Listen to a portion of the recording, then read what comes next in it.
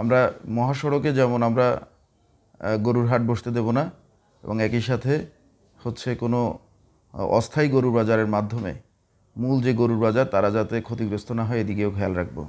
আপনারা জানেন যে গরুর বাজারের মাধ্যমে সরকার কিছু রেভিনিউ আর্ন করে। সরকারের সাথে সাথে যারা ইজারা নেয় তাদের সাথে অনেক মানুষ কাজ করে। একজন ইজারাদারের আন্ডারে অন্তত 18 থেকে 20 জন মানুষের তাদের রিজিকের সন্ধান হয়। ফলশ্রুতিতে এই বিষয়ে মানে এমন না যে কারো ব্যক্তিগত ইচ্ছা অথবা এই ধরনের অন্যান্য কারণে এই ধরনের ব্যবসা বাণিজ্যে ক্ষতি হয়, এটা আমরা কোনোভাবেই অ্যালাউ করব না। মহাসড়কে আমরা কোনো হাট হতে দেব না, সেটা যত বাধাই আসুক আমরা সেটা মোকাবেলা করব। মহাসড়কে আমাদের সরকারি নির্দেশনা আছে, কোনো রকম যানজট সৃষ্টি হয় এজন্য আমরা মহাসড়কে আমরা পশু হাট বসাবো না। এবং একই সাথে হচ্ছে ওই যে বললাম যে আমাদের যে অস্থায়ী গরু বাজারের মাধ্যমে যে মূল বাজাররা ক্ষতিগ্রস্ত হয় এটাও আমরা হতে দেব না।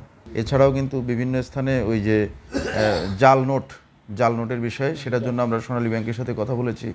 যে সকল বড় বাজার থাকবে সেসব জায়গায় প্রয়োজনে নোট চিহ্নিত করার জন্য সেখানে কিন্তু টিম থাকবে, এবং একই সাথে অজ্ঞান পার্টি বা এই ধরনের বিভিন্ন পার্টি তাদেরকে প্রতিহত করার জন্য পুলিশ কিন্তু সব জায়গায় টহল থাকবে। তবে আমরা সচেতন আছি। আর আমি সবাইকে সতর্ক করতে চাই যে আমি এবং এসিল্যান্ড আমরা পুরা সময়ই আমরা টহলে থাকব এবং কোনোভাবেই আমরা আনটাচ থাকব না। যদি কোথাও কোনো অভিযোগ পাই তাৎক্ষণিক সেখানে যেয়ে হাজির হব। এবং আপনারা আমার উপরে আস্থা নিশ্চয়ই আছে।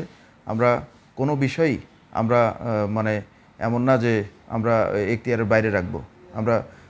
আপনারা দেখেছেন যে ঈদ উল ফিতরের সময়ও আমরা বিভিন্ন বাজারে আমরা কিন্তু এই যে বিভিন্ন যারা কিশোর গ্যাং তাদেরকে প্রতিরোধে আমরা মাঠে ছিলাম।